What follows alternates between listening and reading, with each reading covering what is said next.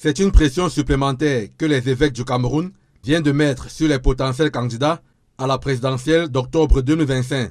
Dans cette lettre pastorale datée du 28 mars 2025, les hommes de Dieu édictent une dizaine de critères requis pour quiconque désire gouverner le pays. Ils se sont inspirés des fondamentaux d'une bonne gouvernance sur lesquels le pape François avait porté sa réflexion lors d'une homélie en septembre 2013. L'un des critères qui retient le plus l'attention est le quatrième, centré sur la consolidation de l'unité nationale.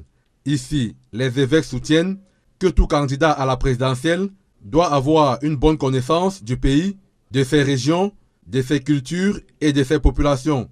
Pour ce faire, ce dernier doit être capable de sillonner le pays en visitant tout au moins chaque région au moins une fois pendant son mandat.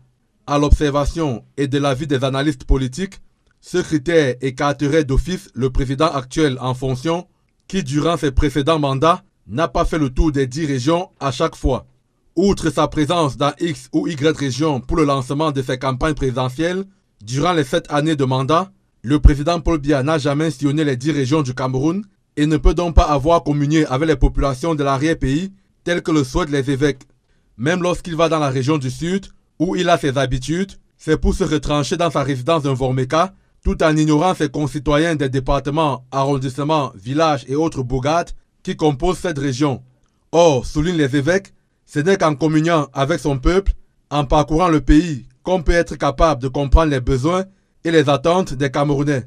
Ceux qui aspirent à briguer la magistrature suprême sont donc avertis. Réussiront-ils où le président actuel a échoué? Et s'il remplit pour un énième mandat, Paul Biya serait-il capable de rectifier le tir? À chaque candidat de faire son introspection.